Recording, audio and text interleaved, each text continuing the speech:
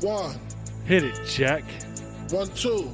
This is big. How you know this is Shaq? I didn't Check me out right here, I didn't say yo. nothing about Shaq. This is Yo, big. the sun gon' shine forever on my statues and retired jerseys. I'ma live forever. Better now or never. Kill Damon, my pleasure. We're not You starting see off you lose this every year, nobody doing better.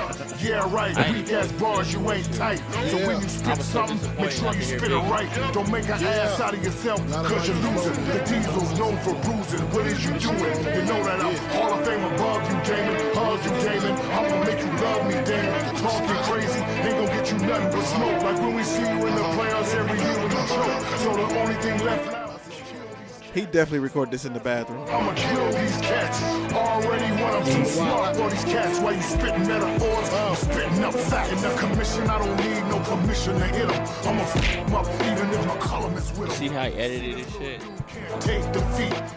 Because he got you to say his curse words for him. A little Kobe comment you said had me grinning. 3 times MVP, damn, at least I'm winning. First of all, little boy, you see this ain't beef.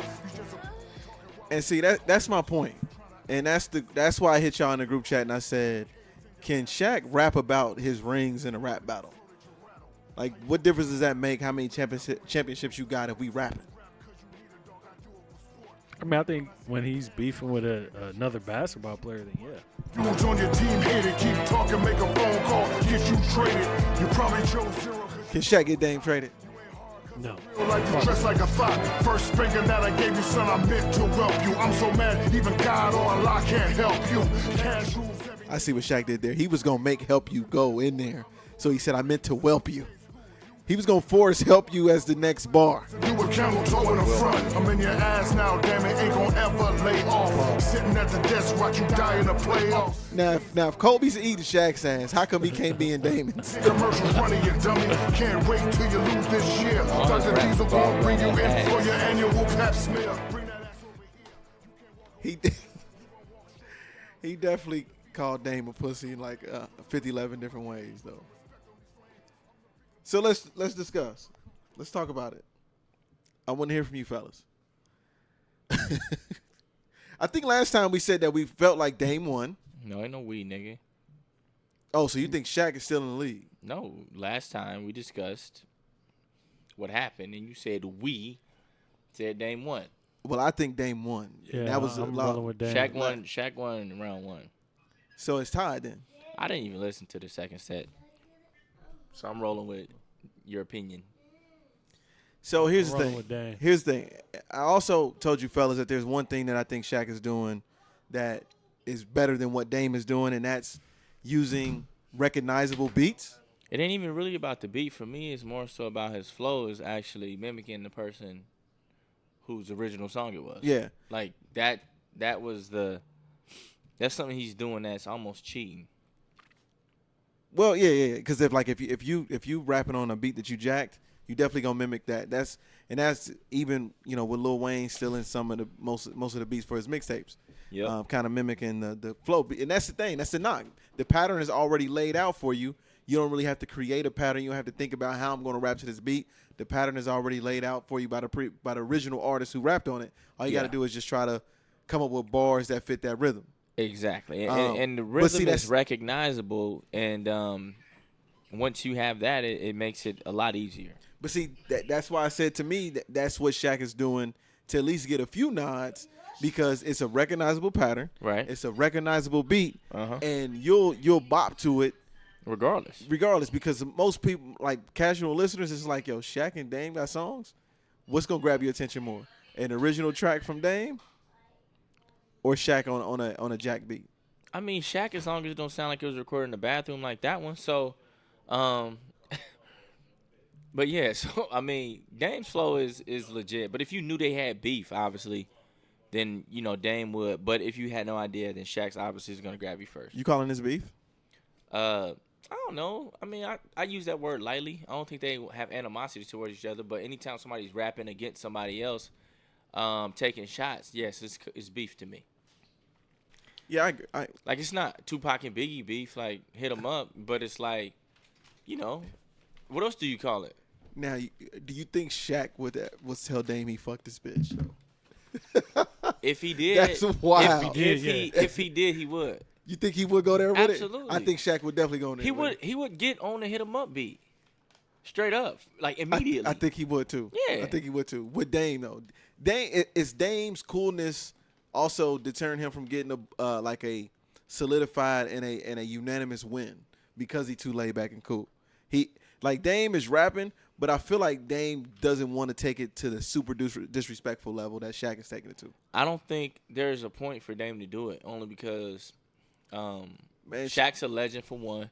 I understand Shaq started it, but it's like it's no point to stoop that low, kind of. You know what I'm saying? Like he ain't got to talk about Shaq's wife and shit, or his baby mama, or his kids. You know, it's like for what? Like I don't gotta.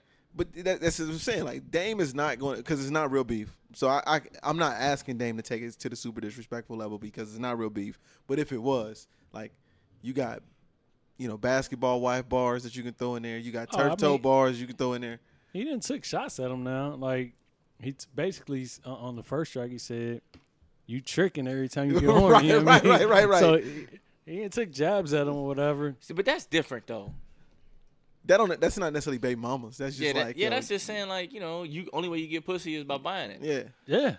But that's not an individual shot at an individual person that means something to him. That's not putting Virginia Williams in the track. Oh man, he's never going down That's that what route. that's what you're saying. Nah.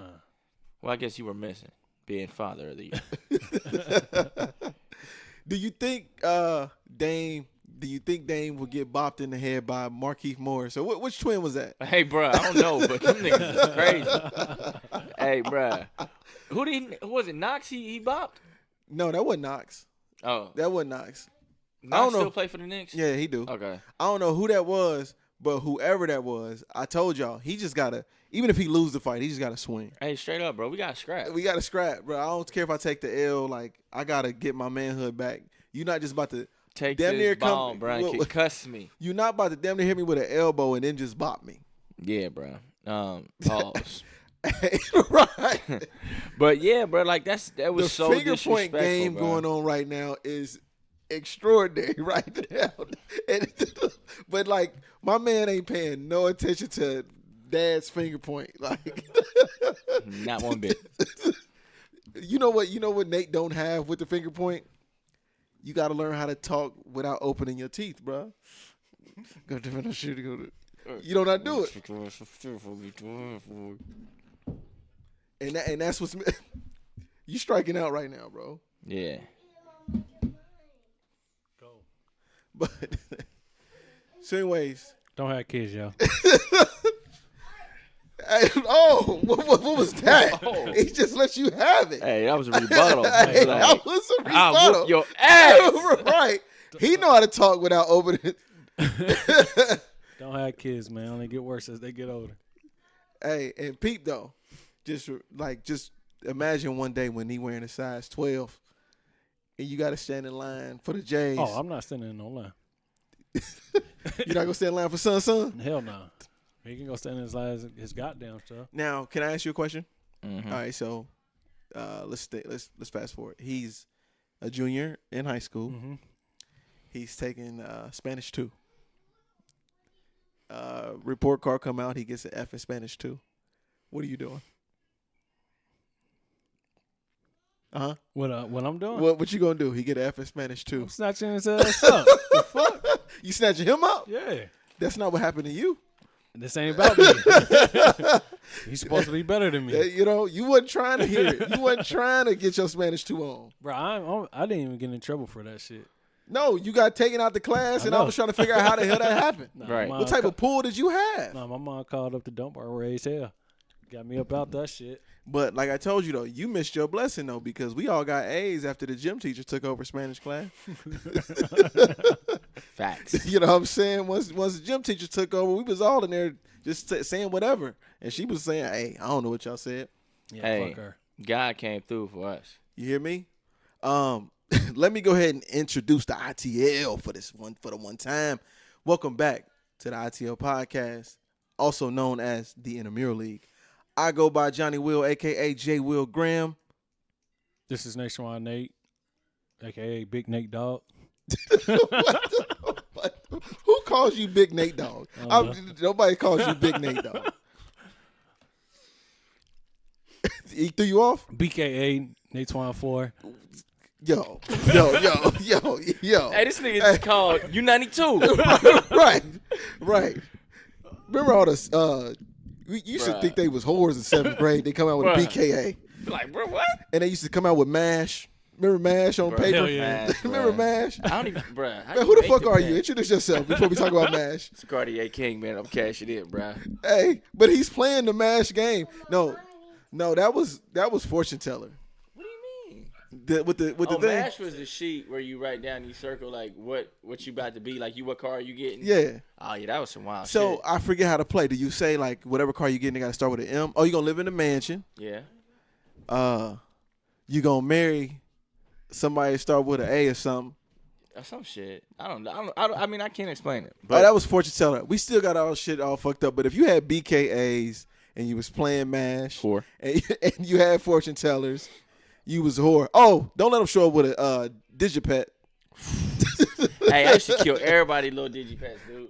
But like, did you ever have a teacher that used to respect the Digipet feeding time and be like, yo, I have to feed my digipet right now, so can I have a moment, please? can I have a moment? Can I get a hall pass? Go to the restroom. I got to feed the Digipet. What was the biology teacher name? And Miss Smith? Yeah. Hey, Miss Smith was showing a lot more respect to than just the Digipets. You hear me? Hey, just leave that alone. all right. No But, Takashi, no Takashi. So, speaking of that, high school, man, let's give a round of applause to Love Spell, man. Oh, the scent. The scent, bruh. The Love Spell shut down the hallways of Dunbar, dude. That shit was crazy. If a chick had on Love Spell, bruh, like, cats was like, yo, why was that shit so, like, infectious? If she had, Was it just so recognizable? well, no, I think you just knew if she wore Love Spell, then you can catch her bus home. What that mean? I mean, her parents Right. wasn't supervising. They weren't supervisors. They gave her smell goods. I mean, But can you trust it though? They've been at school all day, so you know it's sprayed. multiple times. Right. So you said that act down there is a little on the tangy side. Right. I didn't see you go to gym class. You ain't bring a change of clothes. Hey, You bro, just gonna bowl in your uniform. straight bowl. You gonna volleyball in your uniform? I don't think volleyball is a little strenuous. You don't really want that. Bowling would be cool though. Hooping, hell nah. I don't want nothing to do with that booty. Nothing. Not in the one-on-one tournament. Hell nah. That mean you playing real hard, like real hard. But if you was playing for 14 volleyball with the crossing nets, But can we keep it a buck though? did they play that shit at the suburb schools? Well, you talking to some. I ain't never been to the suburbs. I know, but maybe you know somebody that I had. think at the suburb schools they had. They just had two different volleyballs. Well, no, they had uniform gym clothes. Like they had their school mascot on their shorts. That ain't got shit to do with volleyball, my G. Like, where'd that come from? But I thought we were talking about changing in the shit. No, I said, do you think they played four-way volleyball? You remember that? Yeah. Like with the four. No, Yeah. I know for a fact they probably didn't. That's do that what I shit. was saying. That's some shit we made up. Hey, I don't even know how the nets cross without. How did that work? Well, they didn't actually cross each other. It was just a net, each net set up, and it just kind of looked like it was a four-way, but it was really like 4 different nets. Okay. Yeah. Okay. What I was gonna say was, That shit was if we lit. keep it a buck though, like as a horny teenager, you don't care that she been at school all day. Nah, you And, know. yeah, you just excited that she about to let you go home with her.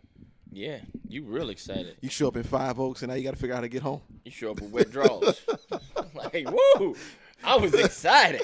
Hey, I ain't gonna lie. Like I wasn't getting on the 5 Oaks bus. I don't give a fuck what you was offering. I wasn't going there. Hey, 5 Oaks, them fucking gates and cages and shit. Hey, Yeah. once you in there, if you don't know how to get out, you in trouble. Like I remember, I started talking to a chick who ex-boyfriend used to walk her home, or walk her to her sister's house, and her sister lived in the Bass. Yeah. And I'm like, shit, he was a good nigga, Hey, because he- I'm not walking you to the Bass. Yeah, if you don't, but that's the thing though, is that like if you don't live in that community, then you like, I ain't going over there, bro. I'm not, bro. Just I'm think not about about to walk it. you to the bass. Get home. Let me know. Bro, I wouldn't. You wouldn't catch me walking through Call my Greenwich second Village, though. line on the house phone. Let me know you made it home. You know what I'm saying? Yeah. You wouldn't walk through the view either. Nah. I'm not walking you to the view. Right. So it's the same thing. It's just if you don't live there and you ain't familiar with it and you don't know the people, bro, it's like I'm cool.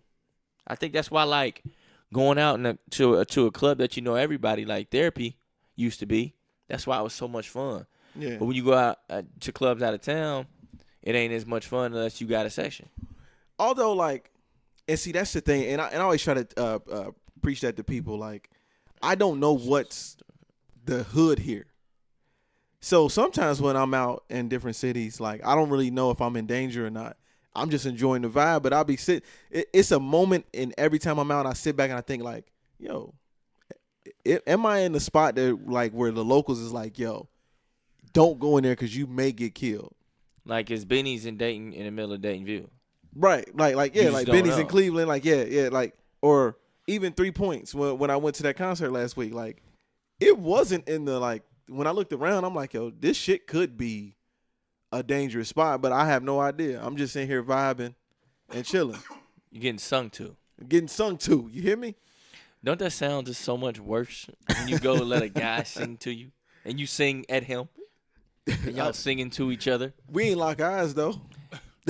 You was trying. He Nah, just nah, never caught you. Nah. Yeah. No. We wasn't trying to like no type of eyes. I just was trying to let him know, like, yo, I appreciate the music you put out. Right. You was glaring up there just hoping he looked down at you.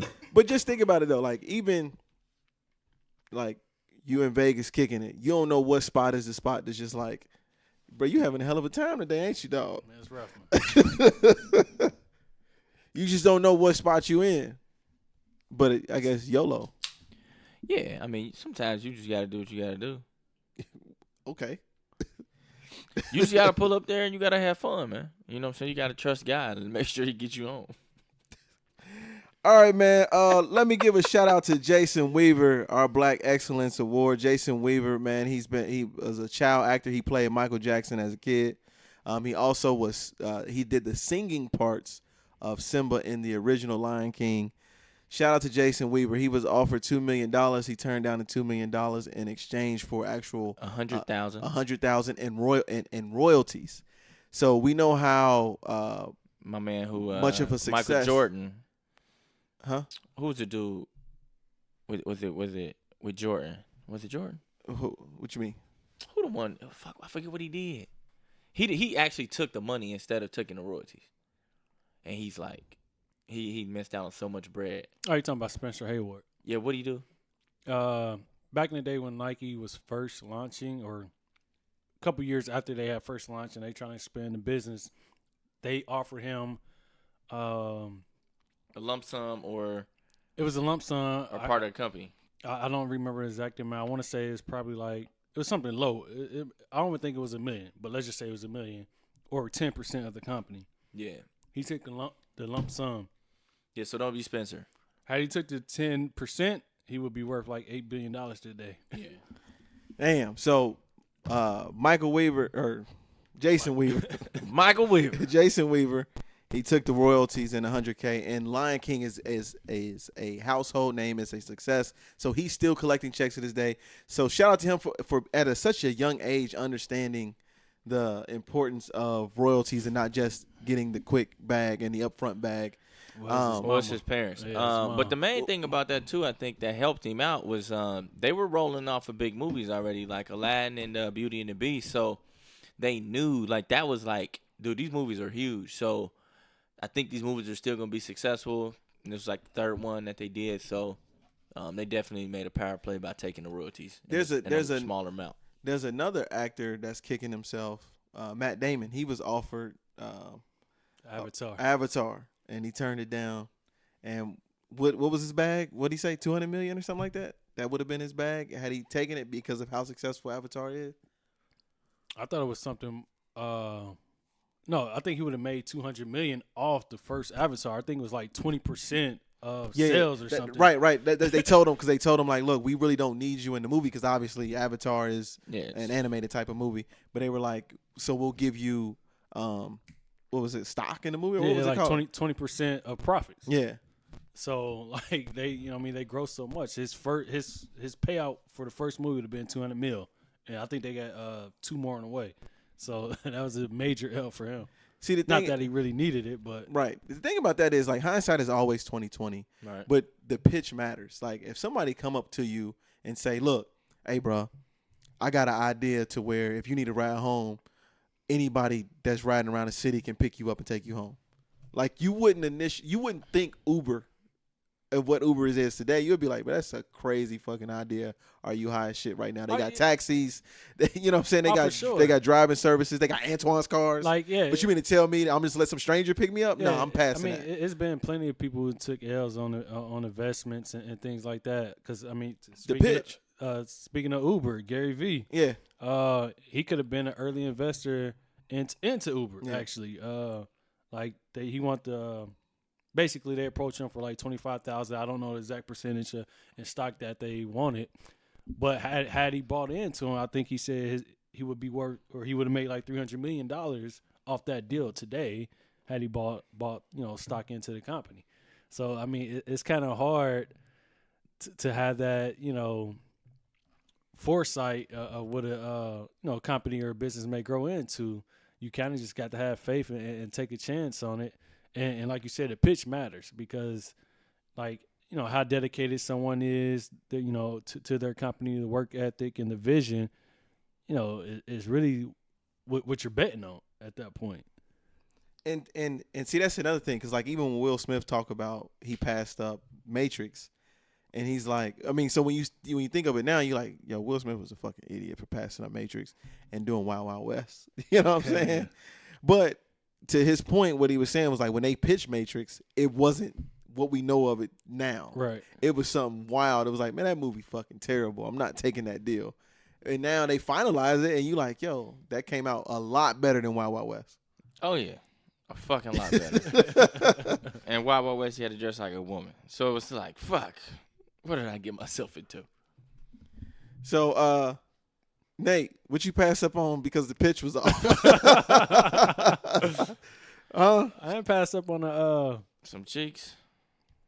that too, Sometimes, yeah, like the pitch got to matter. for sure. Some I mean, chick I guess pitched him some terrible cheeks.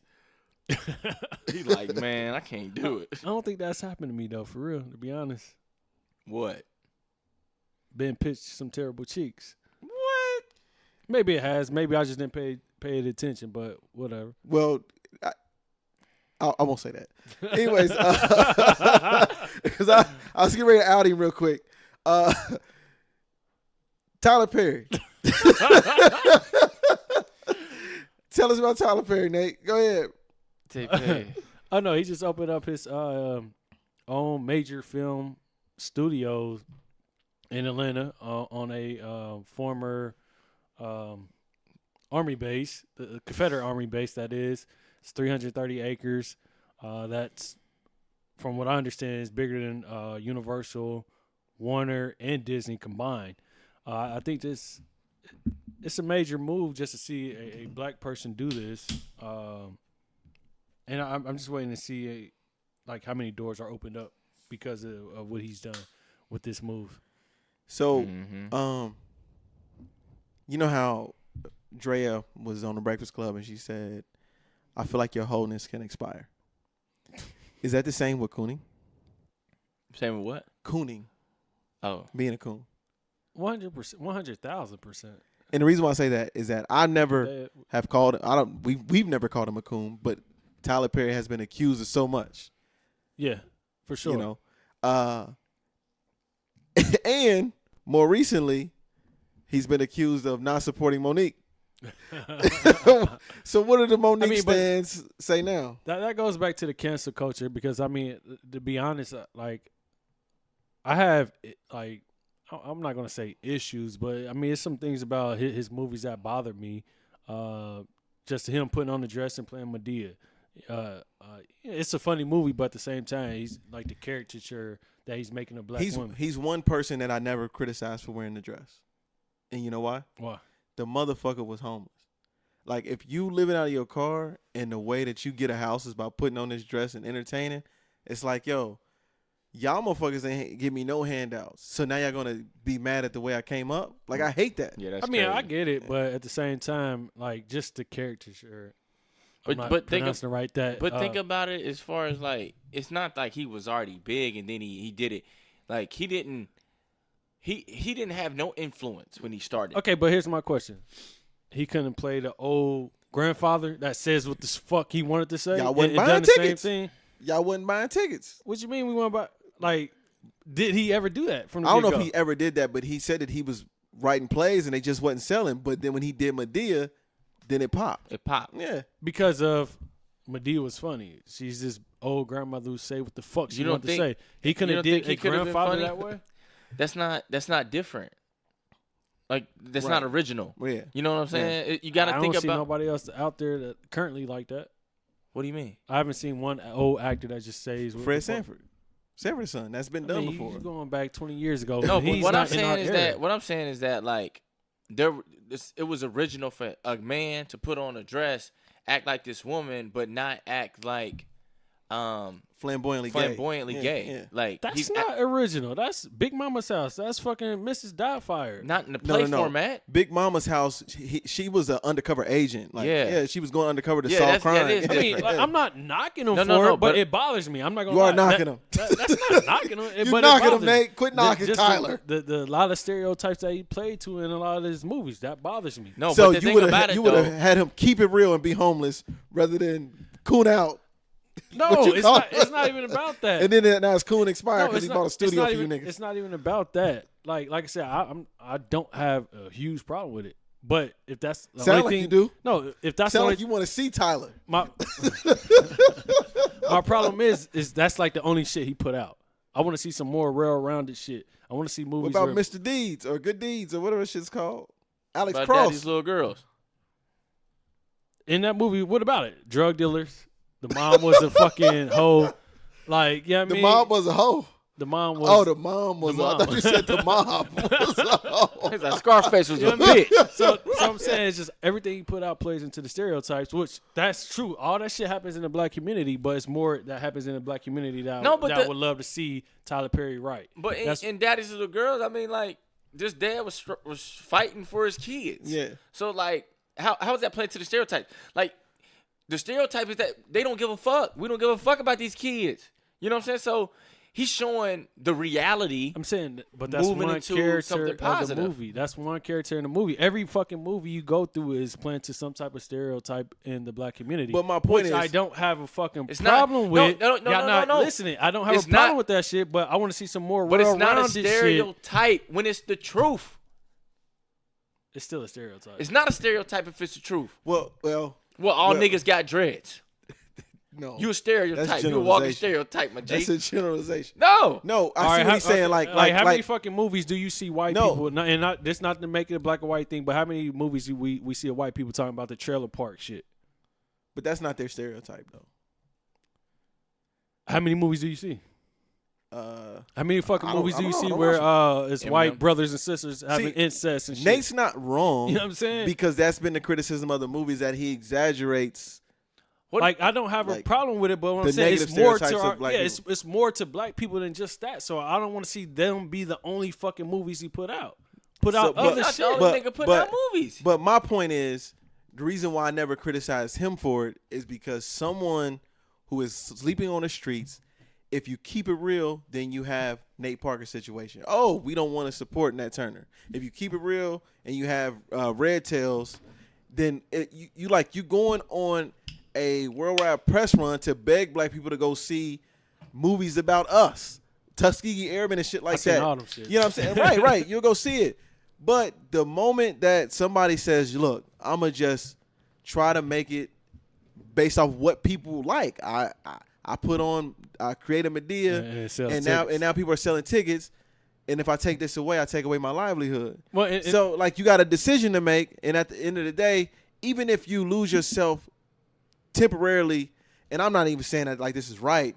I'm just saying Tyler Perry specifically is one that I've never criticized because at the end of the day, look where he's at now, and now he got opportunities, and he's been on interviews talking about he's wanting to use this to create opportunities for the black youth. Yeah, and this wasn't a knock, trying to be a knock on Tyler Perry, but you brought up the how quick does basically Coonan gets overlooked, or people forget about that. I think the great thing about him opening up this major studio, film studio, whatever, is the opportunities that he's going to create for a lot of independent filmmakers, a lot of independent producers and script writers that maybe their movies or their ideas isn't getting picked up by Warner or Disney.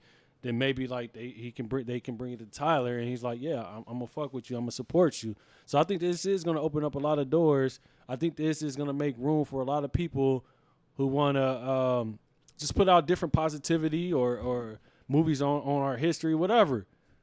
This is gonna be their opportunity to go to Tyler Perry. Do you have an example of a movie that is different than the stereotypes?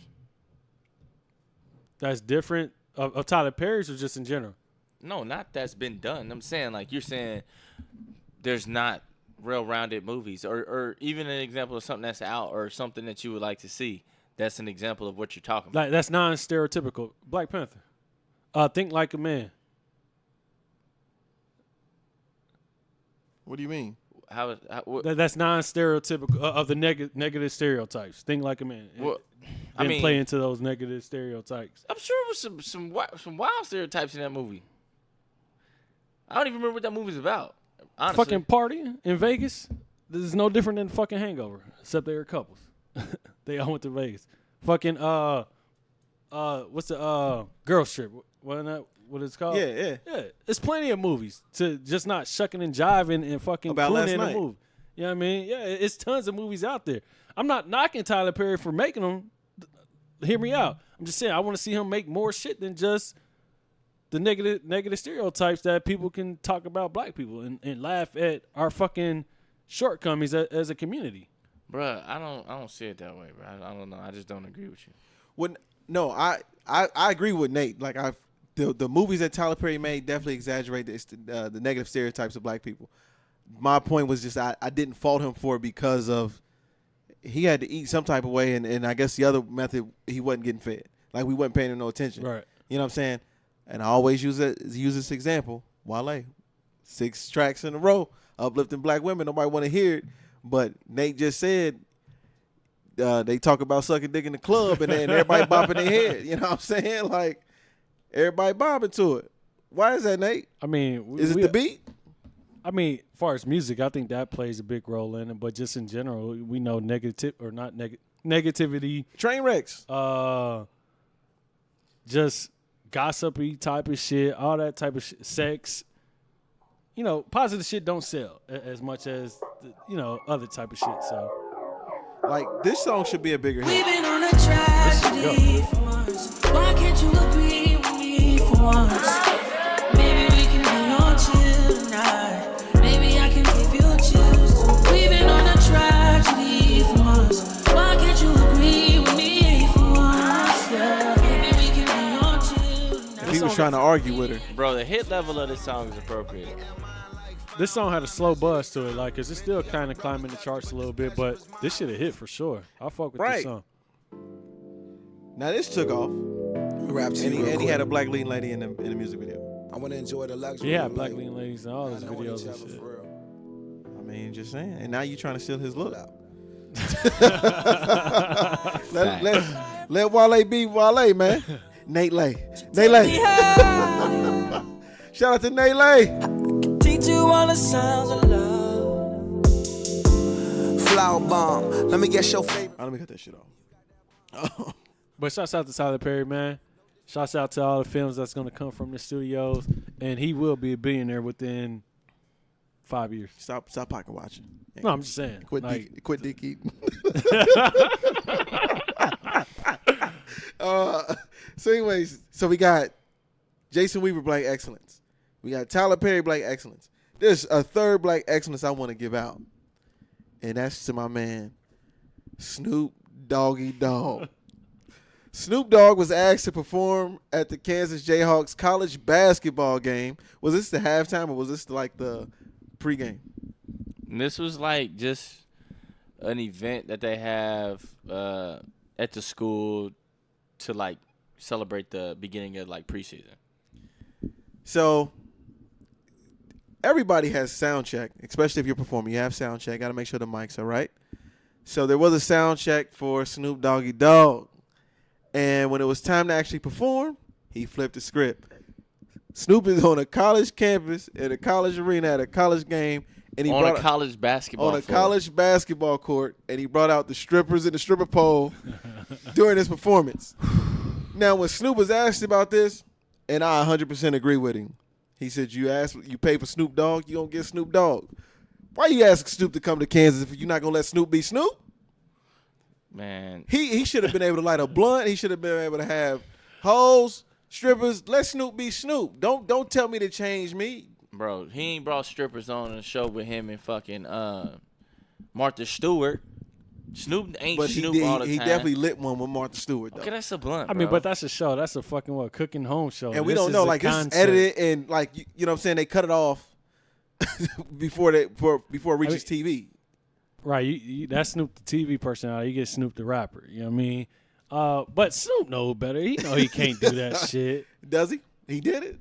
Like you're not at a concert.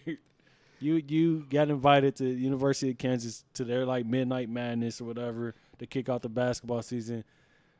We in this Me Too era, like you can't do that shit in this PC culture. But if the fans enjoy it, what's the problem? I mean, if they ain't getting no complaints from the majority of the fans, I don't see no problem. I don't see why they're making a big deal. But I believe people didn't complain about it. I believe probably not the students. They probably grew up listening to Snoop, but more of those. I feel big like if there pocket was strippers on donors the court, nobody was listening to his raps.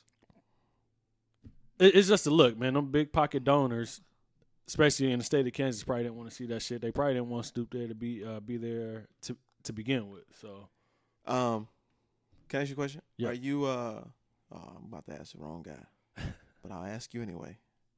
Are you a fan of the City Girls? no, I mean I'm not gonna say I don't. You're not a I don't. fan. I don't listen to their music. You're not a fan, but you don't disrespect them. Yeah, I don't disrespect them, but I'm not a fan. Perfect way to sum it JT up. first day out, B. I mean, I did hear parts of that song. Sounds like fucking Meek Mill intro. I haven't heard any of it. So let's see.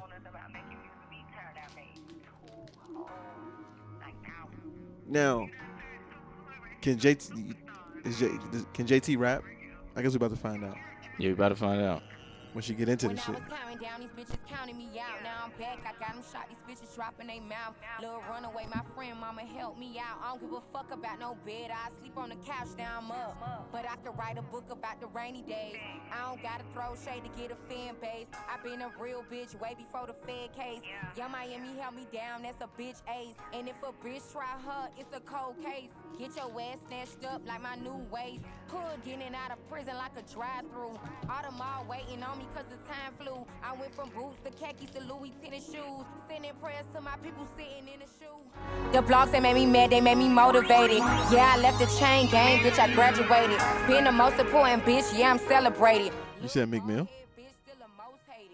The way the song is formatted. Oh, okay. Change. Y'all hoes real salty bitches, season change. Might make my side nigga call me a range and put it up for my bitch, she got the best brain. Pull up by myself, Miss Pearly don't need no army bitch. I ain't got no love for these niggas, I ain't Bernie bitch. Embarrass a bitch on stage, I'm on some Ari shit. Any bitch in my way, you gon' be sorry, bitch. I wish I would let one of you hoes try me, I be back in khakis. When this shit gonna start? Walking through R&D. How y'all gon' in city girls when y'all ain't half of me? Don't play with young Miami hoe, that's the other half of me. All right, I'm gonna stop it. No disrespect, because it doesn't sound bad. Like you can clearly tell what she's trying to Big do. was about to drop. Yeah, like God no. damn. I'm not stopping it permanently. I was stopping it so I could talk. We gotta say something. Shit, this shit been going for 2 minutes. I wouldn't call it Meek Mill. I wouldn't call it T Grizzly, but I see the point. And the reason why I'm saying that is that whoever made this beat, the introduction part of it before the beat drop is not an attention grabber. Like it's not that anticipation build up that you normally expect. Like with the Meek Mill intro, you anticipating like, yo, eventually he about to go. Right. T Grizzly, you anticipating like, yo, he about to go. I don't hear this with this beat. It just seemed like some music generator shit, Fruity Loop shit. And maybe I need to give it a few listens, but that's my first thought listening to the beginning part of this. We'll continue. Whole world waiting on me like I'm a virgin. So it's time to pop this cherry, get this pussy working. New Rolls Royce in the back, it was a Birkin. Now that city girl shit, bitch, that's for certain. This week my first day out, I ain't wait a day. Ain't this time I'm like it's Kate, JT and a mate. Two bad bitches and they kissing in the rape. Kissing in the rape. Kissing in the rape. She can't bring that back. I get it. You got to make it familiar. She can't bring that back. Winning the same day, Drake dropping my feelings. I was in prison on my bunk, really in my feelings. Now I'm back to the millions, bitches in they feelings. I was in grades playing Space Miami, making children. But we ain't killing blessings just to please the public. So when y'all say city girls over, just change the subject. Y'all hoes always bringing up old shit. Go get a sugar daddy, suck a old dick, huh? Bitches. I will say though that her bars are authentic though. Sugar daddy. I will say though, she spitting facts. Like her bars are authentic to her, and a lot of niggas out here they lying on wax, and she keeping it 100 on wax. So shout out to JT for doing that. Every day, but I'm from Dade, I'ma do it anyway. If I wasn't who I was, they wouldn't fuck with me. But I am who I am, and y'all can't fuck with me. Went platinum on my books, this can't come for me. Like a 10-minute move, you better run for me. I did my time like a G. Man, motherfuck the B.O.P. Man, motherfuck LP. I keep some foes that'll match your ID. Y'all hoes won't smoke, bring a match. Left prison with a pimple, not a scratch. Point blank period, won't see me back. Unless I'm pulling up just to see Max. Oh, and one more thing before I go. How y'all gonna say a maid bitch was pregnant from a CEO? I don't fuck with cops or blockers, you bitches slow. Stop with all the rumors and tell your nigga I'm home and it's on. Period. She said, I ain't fuck that CO. She ain't say I ain't fuck you. She said he ain't get me pregnant. He was clapping them cheeks, probably. But see, that's what I mean. Like her bars, you can fact check them. They authentic. Mm-hmm. And shout out to JT for first day out, spitting some real raps. I think Meech threw me off by what he compared it to initially. So then it wasn't me. Yeah, it was. So then I couldn't even. Say? You said it's or no? Was it? No, just say don't fuck. It wasn't fucking me. It wasn't fucking you. It wasn't fucking me. Don't put that Nationwide. bullshit in my mouth. Hey.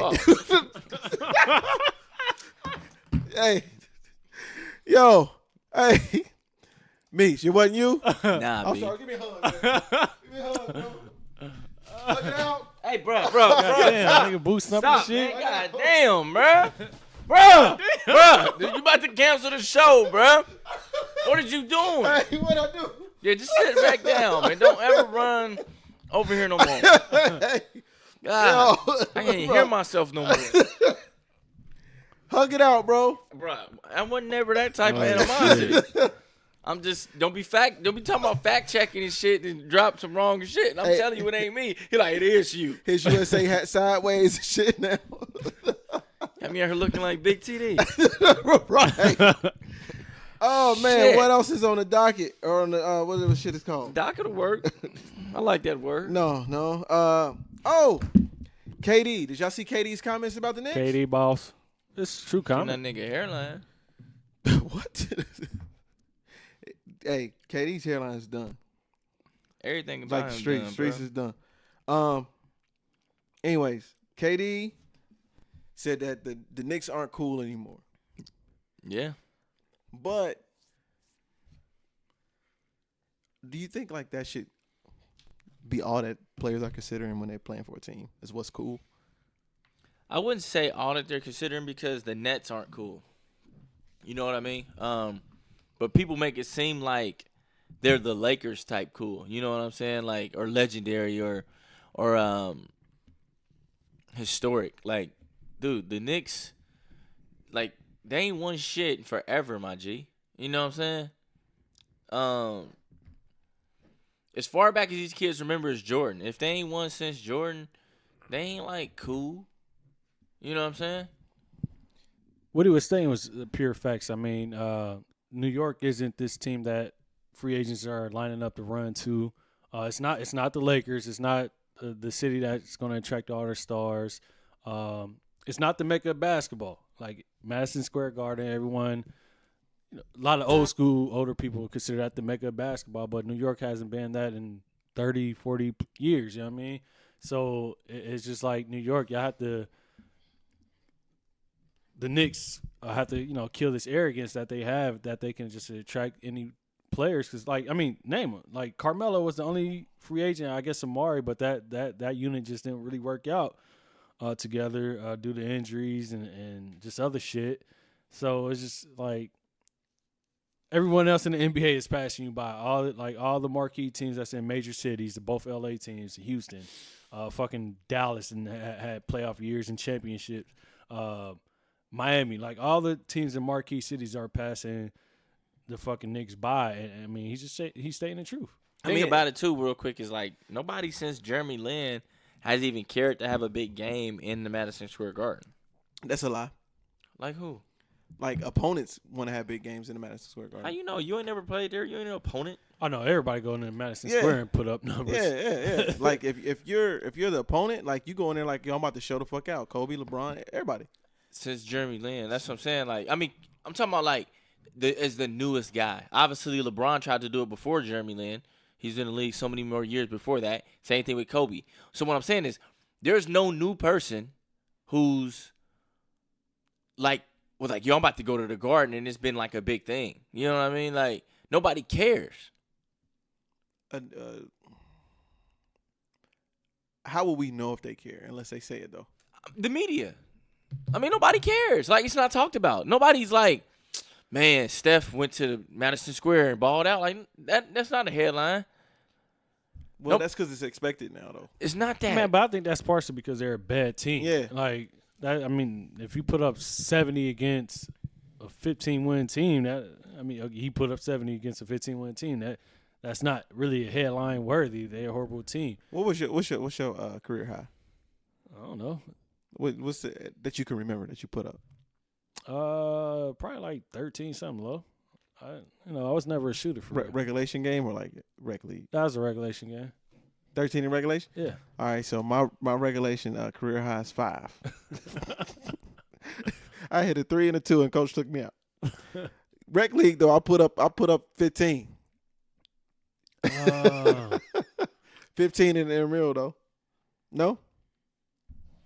You still didn't shoot in rec league ball. Nah, I'm not. I don't like really shooting. I'm more of a guy that's want to do everything. What if we else was on the playing floor. at the Garden though? What's so crazy about him is like he think I'm not a shoot this, should not shoot that. But like, bro, you want to be LeBron so bad. Yeah, he did. But he a Kobe guy. Like, come on, like you. What? I Like mean, he a passer until Jagged Edge come on. Then he LeBron. I know my strengths and my weaknesses. You know what I That mean? Jagged Edge turn you to LeBron though. You have to know your strengths and your weaknesses, bro. You got to do your own SWOT analysis on yourself. So pretty much you saying wait. Let him know, Nate. Let him know about the SWOT. He don't know about SWOT.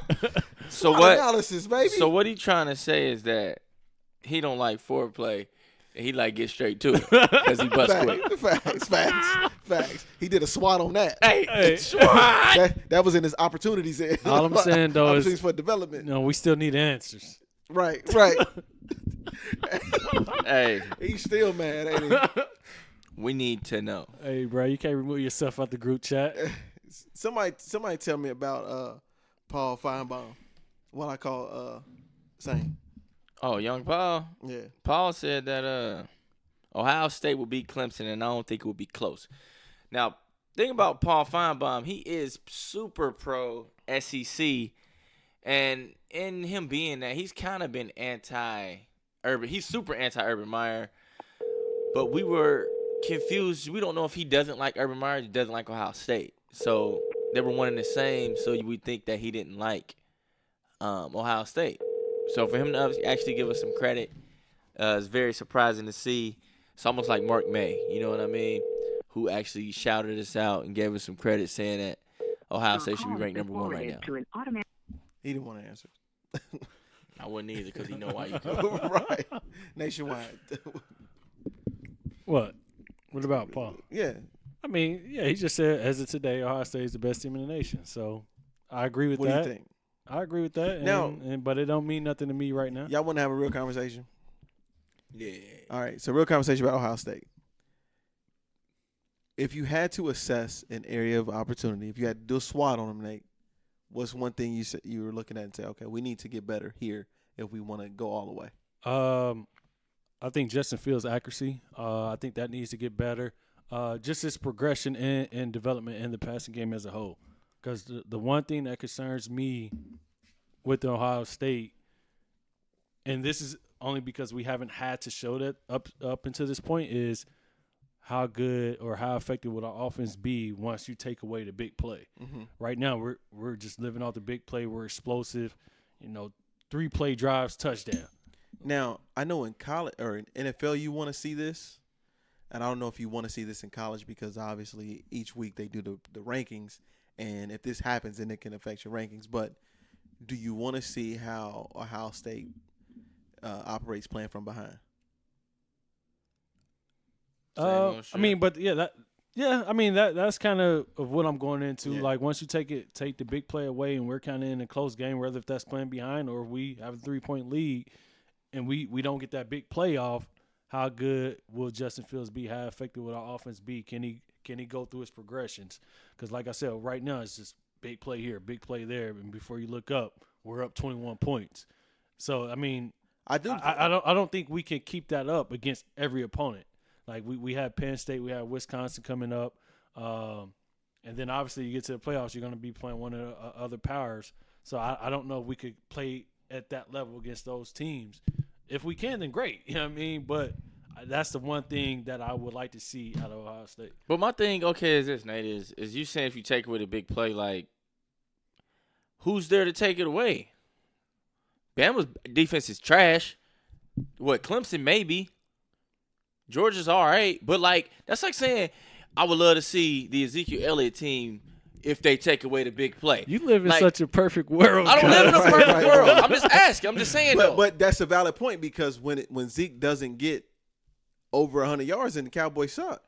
I'm talking about Ohio State. But I mean, perfect example.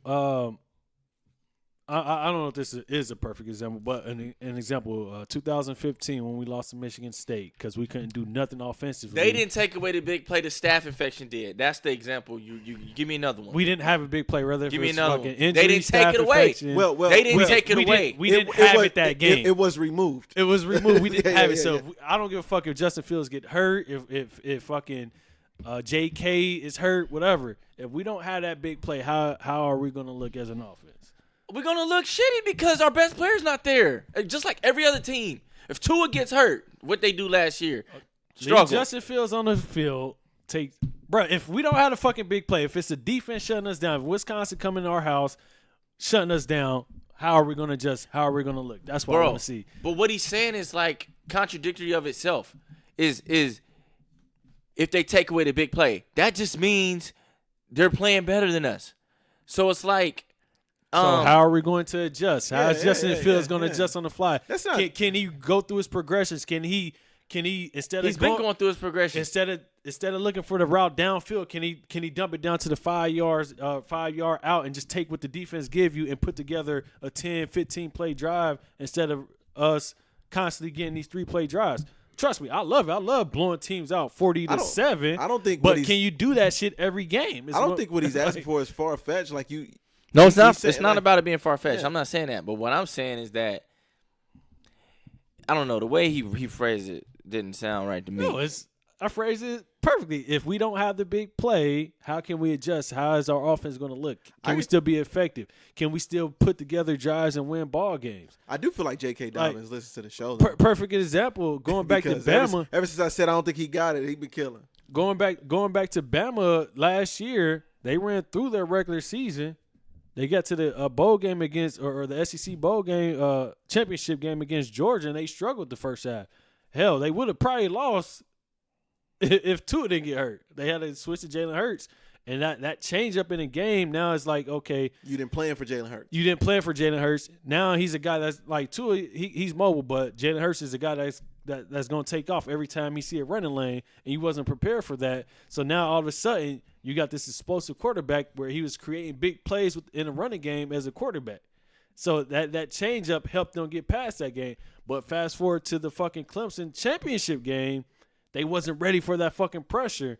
that Clemson was creating, and they never fucking adjusted. So- and they got blasted. Now- So that's what I'm saying. If a defense slows our offense down, how can we adjust? Now, in football, it's about, or with any sport, it's about matchups. So even if Ohio State doesn't come across a better team, who do you think is a good matchup to where what you want to see is most likely to happen? Penn State, man, because really Penn State over the last 2 years they won 6 of the 8 quarters. Like honestly, if they could finish fucking ball games, they would have beat us the last 2 years. So I think that's probably going to be our toughest matchup on the regular season schedule. Luckily, we got them in the horseshoe. Even though they don't call The it beard's that gone. anymore. Yeah. Just realize this. But ahead. yeah, we get them at home, so I think they will be our toughest matchup and our biggest challenge. And I think that's the game we will see, us have to make adjustments. You're not worried about Jim Harbaugh? Fuck no. It's Wisconsin easy, bro. It's Wisconsin easy gonna be the toughest game. Yeah. That's on the schedule so far. We're gonna have to play them twice. Like Penn State, man, they don't have a quarterback. Okay, so I'm not concerned. Their running back, mediocre. He's not Jonathan Taylor. You speaking offense though. What about like their defense against what Nate wants to see happen? Man, they got an RA safety, and a real good linebacker. We'll game plan for them, and we'll get them up out of here. Penn State ain't beat nobody. I don't think. Let me confirm that. But Why are you looking that up? I do want to ask because Yeah. I've seen this floating around too. That Ohio State is better off without Urban Meyer. they Do you want? 2019 they are. Do you want to admit that? I've already said that. Urban Meyer in 2019, Ryan Day is a better coach than Urban Meyer. I'm not talking about historic. I'm talking about fucking today. Ryan Day is better than Urban Meyer. I don't think Urban listens. So you I ain't don't got, give a you fuck got if to Urban get the listens. digging for Urban. So right? let's think about this Penn State real quick though. I will say, thus far, his teams have been a lot more prepared than Urban Meyer's teams have been. Like, we're not playing down the talent. We're not allowing teams to hang around in games and shit. Guess what? This We're what they coming don't got out- though. They don't got JT Barrett though. Yeah, I mean, he should have been pulled JT Barrett like 4 years ago. But yeah, we're coming Another out. coach's decision. And we're coming out. We putting our foot on teams' throats. So I fuck with how Ryan Day has his teams prepared right now. So let's talk about Penn State. Their toughest matchup has been Pittsburgh. Penn State has played Idaho, Buffalo, Idaho. right. Nah, but Pittsburgh and Maryland, and then Purdue.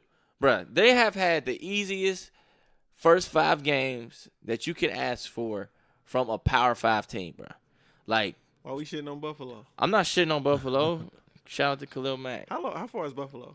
6. 6 hours. 6 hours. All right. Yeah. All right. 6 hours, 5 minutes.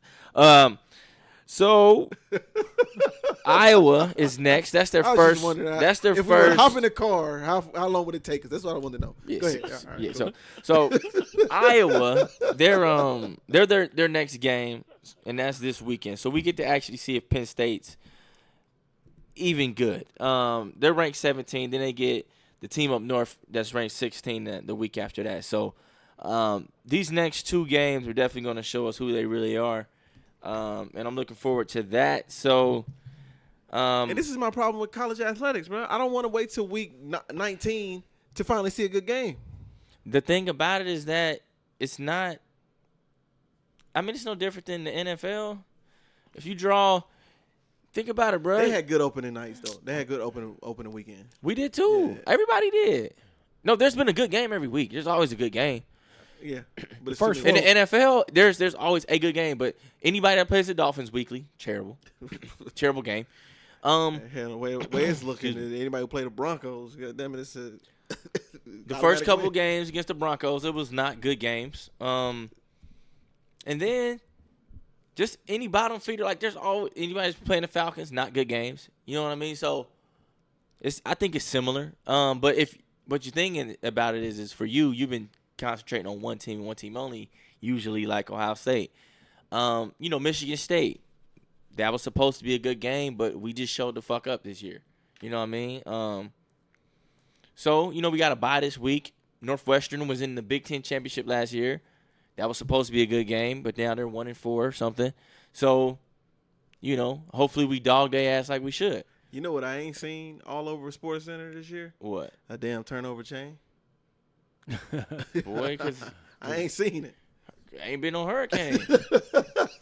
Where's that? Their Irma season was gone. over before it started. That motherfucker chain tarnishing somewhere. And then think about this. Like, this weekend, we got the biggest game is going to be Florida versus LSU.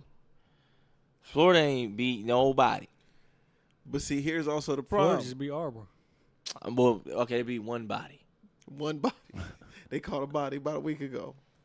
I mean, but hell, you can say that about everybody because the first 4 or 5 weeks of the college season is hit or miss. Like, a lot of teams play these non-conference opponents where they're paying fucking Bluffton to come in and get blasted 80 I knew to you was 0. about to say. I knew you was gonna say Bluffton. Why you got to throw Bluffton You know what out I mean? there? So, I mean, that's the first 4 or 5 weeks.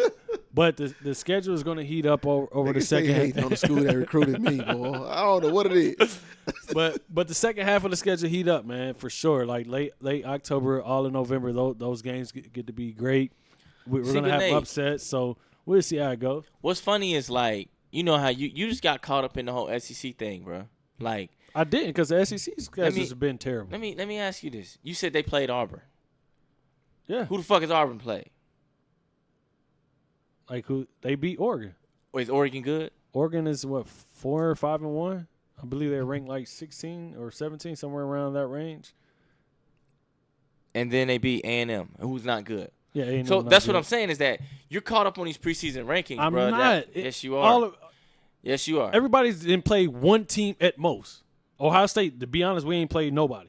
Michigan State is okay. Cincinnati, we blasted 42-0. They're okay. But everybody you go throughout college football has played maybe one solid game up until this point. Yeah, I'm just saying though, but So I They mean, ain't that's play- all I they say. ain't play nobody. I ain't buying into no fucking hype. sound like it to me. But here's the problem, though, because now that college football is about to get good, guess who get ready to play? NBA.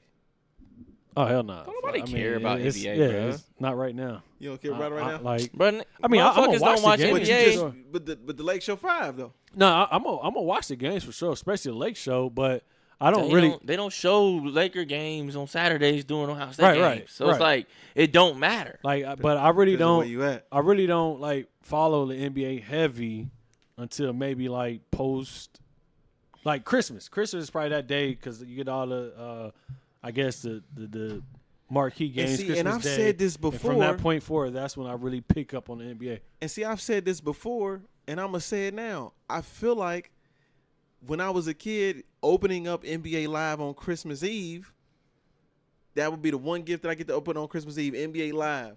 That's when it's time to start paying attention to basketball. Yeah. Because you got the games Christmas Day. Christmas Eve, you up there trying to beat Jordan one-on-one. You know what I'm saying? Losing. Like, but I don't think Live came out on Christmas. Nah, it came out way before Christmas. It was just like, that was your Christmas present, so you want to get it before then. motherfucker. Right. Yeah. Live been out since March. they waiting on Christmas to give me a March game. But no, for real though, I'm with you on that. Like Christmas, you pay attention to NBA because that's when I used to open up the game. Yeah. That shit wild. And then I don't know, Madden. My pops used to get that shit day one. But anyways, oh shit. What do we think about was that just a regular fan or a booster? We talk about Penn State. A Penn State player received a racist ass letter. Oh my god. About his dreads, bro. man. That's crazy. From what I took from it, I don't know if he is a booster. It sounds like he was He's a a former booster. Penn State student who played in maybe club sports at Penn State or some shit back in the day. Now, I hate to say this, but when I first read it, I thought to myself, what is the likelihood of the validity to this letter? Whether it's from I'm 100. Do you want me to go just cut you off real quick? I was gonna say, like, I believe it's a real letter, but is it from a real? Do you want me to cut you off? Yeah, come on, say it. Yeah, he's been interviewed post the thing. Okay, so he's admitted to writing it. Oh fuck yeah. Oh, gotcha. Okay, yeah. Got Yeah, he came out and said that was me, and I meant what I said, pretty much. Oh wow. Yeah. So My thing is, motherfuckers on the field with a helmet on, and you worried about his hair. bro, He pretty much called everybody in Miami dirtbags. Everybody at Florida State dirtbags. You know what I'm saying? That's because that's who he compared. He said, we can't have guys out there looking like they go to Miami or Florida State. Black people. You know what he needs to do? What? Referee a Dunbar game.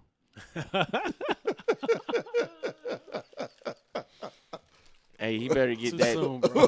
Hey, Too soon? Oh, my bad. hey, I got a perfect song for that. Oh shit, bro. Referee a Dunbar game was one time. Damn. Just once, bro. Nah, but fuck, dude, straight up, bro. Straight up. Like, my hair has nothing to do with my character, who I am as a person. My Hit that nigga with performance the on body the field. head anthem. My performance on the field. None of that. You know what I mean? So for him to go out and write a letter and actually send it to the player, like, the fuck? Yeah, that was crazy, bro. Like sometimes shit like that. That's called privilege. Sometimes shit like that, bro. I wish like we should be able to like square up in the ring or some shit. You know what I mean? Like we should have some type of battle to where it's like, all right, you gonna send me some bullshit? I'm gonna send some A bullshit battle, though. back your way. He should have to guard like Marquise Morris or something. Right? You know what I'm saying? You know what I'm saying? Do something. What song you got? Shit. I skipped it. We don't worry about it. But yeah, the privilege and the audacity to write it and then mail it, and then own up to it. Right. Yeah. Like you just really believe you out here walking that comfortable that ain't shit about to happen to you. Like, and it's one thing to mail it directly to and the that was player versus mailing it to the like coach or the athletic director. Because had he sent it to the coach or the athletic director, that shit probably never got out. Yeah. You know what I mean? They probably would have wrote him a letter back saying, we don't approve of this. This is not our views and how we feel as a university. Some shit like that. They probably would have wrote him back. Bro, I'm Shit going to never read an got out. excerpt from it. But that's some bullshit, bro. He started the article off by saying, me and my wife are proud older graduates. Older in quotations of Penn State. We follow all Penn State sports, football, wrestling, yada, yada, yada. We love it all. Then he went on to say he still plays full court basketball in his 50s. Don't know why. He loved the competition, though. And he never had the size or talent to reach his level. The guy with the dreads reach his level, but the desire was there. So pretty much Penn State basketball player. No, this is football. Ah. But so in that excerpt right there, he's pretty much saying that God gave you the body, and I want to steal your shit. Like, get out. That's what I took from it. Like, almost like I have just as much desire to be a pro athlete, but I just wasn't given your African American talents, kinda. Right? That was ill. Then he said, though the athletes today are certainly superior to those in my days, we missed the clean-cut young men and women from those days. Watching the Idaho game on TV, we couldn't help but notice your, awful hair. Bro, like, the audacity, though? Like, my man just got dressed at, like, mid-back level or something. But, like, they not even, like, dusty looking or nothing. You know what I'm saying? Just long. And then he goes on to say, surely there must be mirrors in the locker room, ! Don't you have parents or a girlfriend who've told you those shoulder-length dreads look disgusting and certainly not attractive? So it's like, bro, who is this guy? And, like, even one of the white guys, the black guy's teammates who happens to be white, like, posted this, like, please somebody tell me how that's not racist. You know what I'm saying? So I just feel like the way that his teammates stood up for him, if everybody in the world kind of, shut down racist shit like this, we'd just be in such a better place as a community. For sure. I'm tired of even thinking that way. That shit ain't gonna happen. What do you mean? I hate to say it. You tired of being like optimistic? Yeah, optimistic when it comes to that. Oh, no. How not? I mean, this is an example of somebody doing their part as a a United States citizen. No, obviously we're always gonna have individuals that do that, but if we still banking on the world is gonna be a better place when everybody gets on the same page. But bro, like shit ain't gonna happen, 5 years ago, you could have never thought like there was even a thing called transgender or it okay for two dudes to be kissing on fucking ABC sitcom. It's happening, but I don't like it's happening because of the LGBT movement. But I don't think that's okay in terms of how everybody views it across. But the think world. about it though. But think about this: back in the civil rights days, even like nobody ever thought slavery was gonna end. Nobody ever thought that civil rights movement was gonna be successful. So I'm thinking that like I get what you're saying, but you can't have that attitude in my eyes. What did you hear, Ellen? No, I didn't. Yeah, did you hear about that? No, Well, what let did she me say? play What Ellen. she said? Okay. Is she gonna explain it? Dallas for the Cowboys game. And during the game, they showed a shot of George and me laughing together. Bush. And people were upset. They thought, why is a gay Hollywood liberal sitting next to a conservative Republican president? Didn't even notice I'm holding the brand new iPhone 11. And I was aware that I was going to be surrounded with people from very different views and beliefs. And I'm not talking about politics. I was rooting for the Packers, and get this, everybody in the Cowboys suite was rooting for the Cowboys. And so I had to hide my cheese hat in Portia's purse. Here's the thing. I'm friends with George Bush. In fact, I'm friends with a lot of people who don't share the same beliefs that I have. We're all different, and I think that we've forgotten that that's okay that we're all different. Just because I don't agree with someone on everything doesn't mean that I'm not going to be friends with them. When I say be kind to one another, I don't mean only the people that think the same way that you do. I mean be kind to everyone. Doesn't matter. So this. Now Fuck that's with- a bar. Fuck with everything she said. Yeah. 100%. So that's so how how we can you achieve it, not though. believe that she can be an element of change? Well, we gotta act like we can't act like groupthink ain't. When did I Ain't say she strong. could not be an element of change? You just said that you don't think that is gonna happen ever. I said I don't think it's gonna ever be a time and place to That we where accept people to black live- and white people as a like not let me not say black and white people. Racism doesn't exist. It's never gonna be a day. See, but no. That's what I'm saying. But I mean, of course, it's never going to be a time where it never exists because you're gonna have people that in the closet, like they live in fucking Indiana and just never seen a black person. Not even in the closet. It's blatant racism is gonna always exist. Shit that we see out in publicly on a daily basis. It's not No. gonna be hitting or in the But closet. what I'm saying though is that if that happens once every blue moon, you know what I'm saying? Then of course you're never gonna eliminate anything like completely. So I just think that you can What are y'all definitely debating? can racism be eliminated all the way? No, it's not going to be eliminated all the way. Okay, let's say like I So don't it's think like, so either. yeah, I mean, of course not. But the way you're saying it is like it can never get to a point to where it's not something that's in the forefront of your mind, and I don't believe that. I think that I don't it think can that's be gonna reduced to a point where people are more accepting and the racism and the vast majority is not racist. To be honest, I don't think that's gonna happen. I mean, that's your To be point. honest. But in my mind, I'm thinking this. More and more mixed families and more communities are starting to look like Huber Heights. Okay, so pretty much Facts. if that happens, then that means a lot of more people are going to have mixed parents and they're going to be knowledgeable and taught about what to do and what not to do. Therefore, if everybody is exposed to that, grew up with people that are black and knew black people or people from other races, then I think that that's the first element to eliminating or reducing it by exponential amounts. Creating one race, black people. Get out of here. but yeah, you know, I think that may be the beginning of it because, you know, even in every other community, like you have some people who are driving like you're Asian, you have to marry an Asian partner. You know what I'm saying? And then you have white people that are the same way and black people that are the same way. But again, you have more and more of mixed race couples. So that I think that right there is one of the big things that's going to change in my favor, I think, in this argument. So, question. Yeah. We're about an hour 15 in, and we haven't gotten to Dwayne Haskins yet, but I think the Dwayne Haskins discussion will be a good one. Do we save it for next time so we can bring it to the beginning of the show? Y'all want to talk about Dwayne now? We can talk about him now before he fuck around and get into the next game. He not about to get into the next game. Bro, they got a brand new coach, and they going to be trash this week, I'm sure. So, you never know. They said he wasn't going to play, Yeah, I agree. and he played. When did he play? Bro, he played 2 weeks ago. Not Sunday. He played the week before. So here's the thing. Here's the debate on Dwayne Motherfucker Haskins. threw 3 interceptions. Here's right. Okay, yeah, I do remember that. Here's the thing about Dwayne. There is a lot of mixed views from Ohio State alums.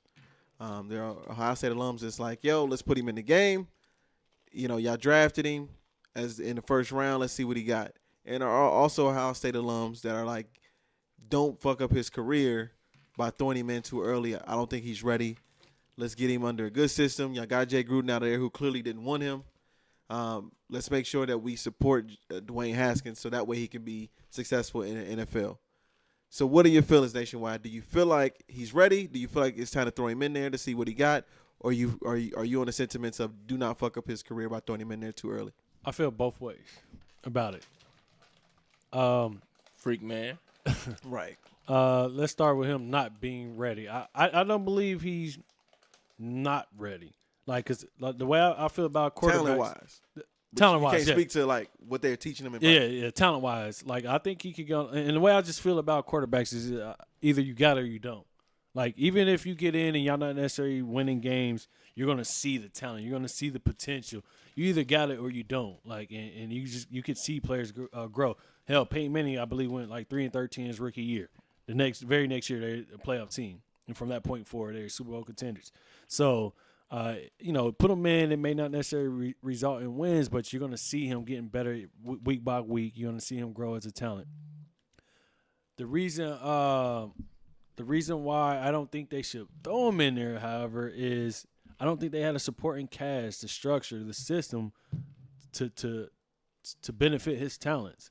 So they don't have the offensive line to protect him. So it's just like I feel like they would just be throwing him out there to get beat up, to get exposed, to fucking destroy his confidence as a quarterback because they don't have the system and structure in place. So I just kind of feel both ways, but you would like to like the way Colt McCoy is in your future, Case Keenum is in your future, so put Haskins in, let him go. So I just feel both ways. And I'm sure this has happened on more teams than just the Seahawks.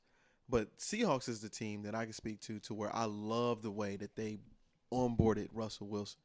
It was defense, Marshawn Lynch, Russell Wilson go 12 for 12 on the passing. You know what I'm saying? What quarterback dropped back throwing 12 passes? That's a Big Ben recipe his rookie year. I mean, hell, we've seen rookies come in, play from day one that has success and win ball games and lead their team to the playoffs. So we see it. Versus Andrew Luck as a rookie throwing 40 passes. You know what I'm saying? His fucking team sucked his rookie year. Right. And them sucked his rookie year. So do you think that they should have that type of game plan behind Haskins? Like instead of you dropping back 40 times, let's get 12 or 15 and let's get out of here. Let's get some easy completions, build up your confidence, 12 or 15, let's roll. If they have the system in place to play that way, if they have the dominant run game in place to do that, I think that would be a good strategy. But, I mean, he's a passer. I think he has the potential to be an elite passer. They just need to put an offensive system in place where he's getting the ball out of his hands and not holding it in the pocket for 3-4 seconds trying to hit a downfield route. Let's get the ball out in less than 2.5 seconds. Let's get you an easy first completion. Let's throw the ball 1 yard and let the receiver do the work and pick up 10, like the Patriots. You know what I mean? Like they run in screens and bubble screens and rub routes. That's a fact. Tom Brady ended up the game with 400 yards passing, but he really threw that bitch 10 yards. Yeah, it's like, 400 yards passing, but it's only, 50 yards through the actual air and shit. You know what I'm saying? Right. So I think they have to put that type of system in place, and that way you can develop him and let him build his confidence as he grows throughout his career. I don't think it's any right way. I don't think it's any wrong ways. The only way you can fuck up a young quarterback, I believe, is if you don't have a system and a coach that can develop him. What about David Carr? What about him? He had a solid rookie year. With the Texans? No, no. Not Derek Carr. David Carr. Oh, no, yeah. They ain't had shit in place for him. Like, he got destroyed. Like, I think he got sacked like 72 times. I think that's still the NFL record. Getting sacked 72 times, bro, that shit is insane. Cartier, what you think? Time to throw Dwayne in or don't fuck up his rookie season by throwing him in too early? So, Dwayne Haskins is a statue. He doesn't run well. He doesn't move well. So, like Nationwide said, they have to build the system around him. You can build offense one or two ways. You can pretty much say, fuck the lineman, play all skills, but you better have a mobile quarterback who's good at making plays and running RPOs and shit like that. Or you can build a line, and then your receivers and playmakers are lower, like younger guys, guys that you get on the discount, yada yada. He needs to be in that kind of system. Now, his counterpart, Daniel Jones. People didn't notice that motherfucker mobile. All right, so I definitely did. He's capable of playing in a shitty offense because he can run around, right? So he can make the guy miss, then just create on a broken play, kind of. You know what I mean? So I think that's why he's been successful so far. Not hating on him, like that's an attribute to him. It's not like some sort of cop out.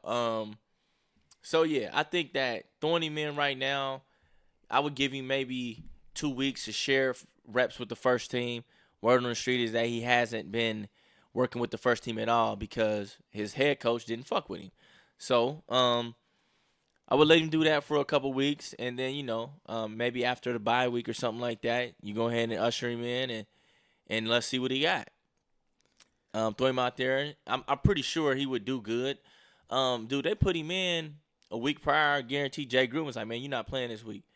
And then the pressure came down from the top, like, put him in. Yeah, he probably was like, all right, fuck it. Go ahead, Dwayne. And you don't know if he caught all this complex shit that he ain't been working on. Receivers timing is off. That's the big thing in the NFL, man. Yeah. Like, I watched the play, bro, where Patrick Mahomes threw a corner route, bro, and dude wasn't even breaking into his fucking post part of the route, like it's a post corner. He haven't like capped the top of the post yet. Ball was already in the air. And dude had to make a miraculous catch. So it's going to help that if he gets to work with the first team, he's going to be working with a former teammate in Terry McLaurin at Ohio State. And Darius Geis is hurt, starting running back. So that doesn't help. Now, let me ask you, just because you just said something right there. As receivers, I think whenever I'm running a wheel route out of the backfield, it's easy to locate the ball if my head is turned back to the quarterback prior to him throwing it. But if the ball is already in the air before I break route, locating that ball is a motherfucker. Locating that, and I think that's another thing that can separate a elite receiver from just an average Joe, because that ball, locating the ball, is a big part. 100%. I don't think it's that well. Depending on what type of route you're running, I don't think it's that hard if you and your QB. That's what I was about to say. If you don't have no knowledge of how your quarterback's throwing the ball, that's half the battle already. You already lost half the battle because you don't know if it's going to be high. You don't know if it's going to be in your numbers. You don't know if he likes throwing low. Yeah. You just fucking looking for this ball, and it could be in this whole radius of your arms above your head all the way down to your ankles. You know what I'm saying? So it's like, bro, I don't know where this ball going to be. And just logically, it makes it harder to locate the ball because you got a shorter time period to locate the ball. If it's already coming, then Nate, realistically, if I have 4 seconds to locate it, I now got 2. But I mean, if you and your quarterback got that chemistry together, like you're running a wheel route, right, yeah, right, yeah. If you and your quarterback got this, y'all practicing, y'all got the good bond and chemistry together, you know what you're doing. Is it covalent? You know where he's putting the ball, so you just run it. Because if you watch the Cowboys game, Zeke on that wheel. That ball was in the air before he actually got separation. But he know, like Zeke know where he's going. Yeah. And he know where the ball should be at some point. See, in high school and fucking even in some way in college, you could get away with throwing the ball when the player get open. Yeah, throwing it late, yeah. Yeah. In the NFL, you can't get away with that shit. You got to throw it, nigga. Yeah, throw it open. If he even, I'm open. You know what I mean? You know what I'm saying? Right. So you got to throw your receivers open. You got to throw the ball before the player gets open. And it's just like we know where the ball should be, at the top of my route, pinpoint of my route, whatever. We know where that ball should be. So it's just like you damn near almost run into a spot and you expect the ball to be there. So is that what's going on with the Browns? Because I asked y'all last time how long before Odell snuffed Baker Mayfield. And right now, Baker's holding on to the ball too long. He's the one that's actually playing trash out of all of them. Oh, yeah, he's playing super trash. I think for them, I think – number one, Baker's holding on the ball way too long. I think looking at their offense, they're looking hit the big play, Yeah, the home run yeah, every anytime. trip. And some you got to dump it down and take that 5 yards. You got to check down to the tight end or the running back just to stay ahead of the sticks and keep the ball moving downfield. And then another thing, I just don't think they really have much of an identity right now. Yeah. So Like I thought that Jarvis would struggle because Odell would get all the touches. I didn't anticipate neither one of them getting touches because Baker hold on to the goddamn ball. and their offensive line stinks that too. Right. So the problem with the Browns to me is halftime adjustments. Okay, so they have a shitty game. They have an okay game against the Jets, shitty game against the Steelers, and then ball out on the Ravens, and then look absolute ass the other night. Yeah. So they tried to do the exact same game plan that they did against the Ravens. Try to hit tight ends deep, make big plays, yada yada. So he should have halftime be like, all right, that shit ain't working. All right, we need to figure something out. You know what I'm saying? Let's do this.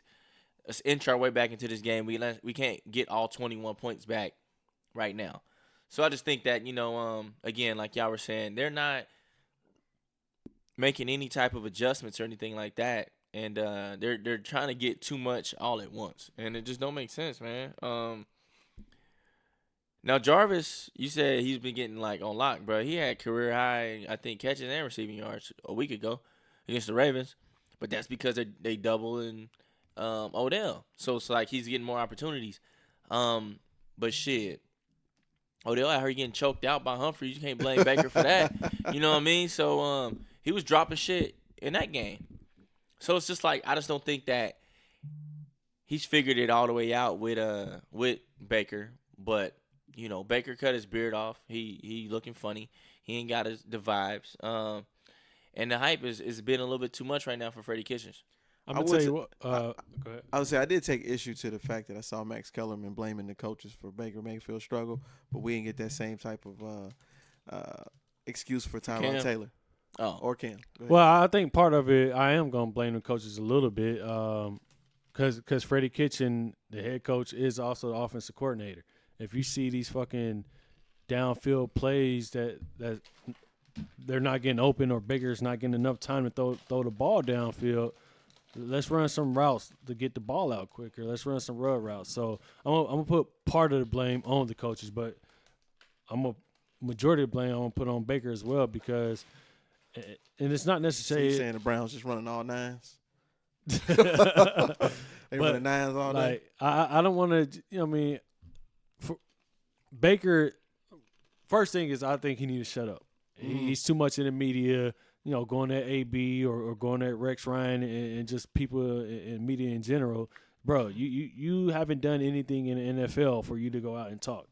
Like, win some games, get your team to the playoffs before you go and talk. I don't have problems with people talking trash and building their brands, nothing like that. But you got to win. You got to back that shit up. And he haven't done that yet, so I think he need to just focus on being a QB. Everything get to him too. Yeah. He need to focus on being a QB and getting his team in order. Now let me before say this he though. get to talking. Let me say this. Replying to a tweet takes a second, right? He didn't come out preseason and say, "Man, we about to win the fucking Super Bowl." He didn't say, "Man, we got this team and we nice now." All he got caught on the sideline talking to his coach was, "Man, I woke up feeling dangerous after like one game." That was one game, dude. You know what I'm saying? So I don't think he's said anything AB style to boast and brag. He's just been pretty much He been protecting talking himself. about Hugh Jackson though for a minute. But he had beef with Hugh over some other shit. Like, they just didn't get along. And I mean, that's on them. But I'm talking about, like, Rex Ryan said you're overrated. Like, Facts. huh? Facts. No, but what I'm saying is that if he could fucking reply and be like, I mean, okay, he can call me overrated, but that motherfucker ain't got a team right now. So, whatever. You know what I'm saying? But we all know a nigga in school that talked the most shit that always kept getting his ass whooped. After a while, you looking at him like, yo, stop talking. But what shit is he talking? Bruh. It's It's just a reply in general. It creates a target on your So back. you saying he can't reply? He shouldn't, saying- in my opinion. I'm I saying, don't like- want to hear no replies until you backing that shit up. And I agree with that because we had the same type of feelings with KD, though. What KD did was he still went out and won. So it made us say, okay, let us shut the fuck up. KD can have a fake Twitter if he want to. He can reply to shit if he want to because he's still dropping 30. No. Baker ain't winning, so it's like, yo, shut the fuck up. No, but that's different though. KD was replying to fucking fans, bro. But I'm saying though, like it's still and he was replying to Skip. He was replying to Stephen A. And like he turn around and go out and hit 40 in the dub. Right. Like I don't have a problem Yeah. with Baker replying if he could back that shit up. Right now, you're not doing it, so shut up. Hit your playbook. Go. Right. Go. You Throw can't routes reply with. and be trash, bro. Go throw routes with But OBJ people and act shit like that, and get y'all shit together. That's similar saying like, bro, Cam Newton need to stop worrying about how he dressing and go win a game. Yeah, Like that yeah, nigga ain't got I a hear that. stylist, I hear bro. that. I hear He that. put his pants on the same way as you, the same way as Baker. Nigga, he ain't put no more time into that shit. Somebody picked that shit and he put it on, bro. Damn, I don't want to see this nigga wearing no scarf to no football game on his fucking head. But that's what I'm You saying trash. though. You know what I mean? But bro, Like, come but bro, on, fam. It's just gotta translate to Guys, success. but guys. But talking is different than him dressing. Like that's him not making a statement. That's him making a fashion statement.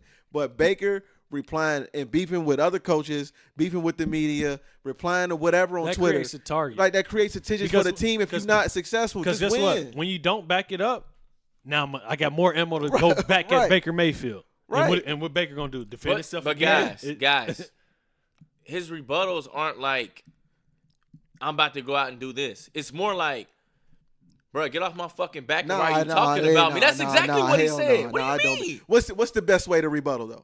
Win. I'm just saying, what's the best way he can rebuttal to all that shit? Dude, at the end of the day, it's his right to defend his own fucking name. Obviously, it's his Bruh, right. No, I'm but just if he saying, don't like, rebuttal, he's going to be Donovan McNabb. And that's not cool.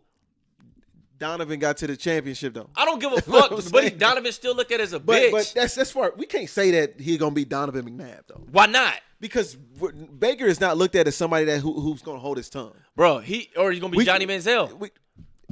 Johnny Man, but I'm saying he is looked at as Johnny Manziel right now. No, Johnny Manziel didn't rebut or defend and he himself. shouldn't have. Johnny Manziel just kept partying and smoking weed and sniffing cocaine. I would nigga. like just picture how crazy that look. Him rebuttaling and this nigga still in Vegas the night before the game. But like, the thing about it, bro, is that a lot of it's like fucking people just asking questions and he's just answering them.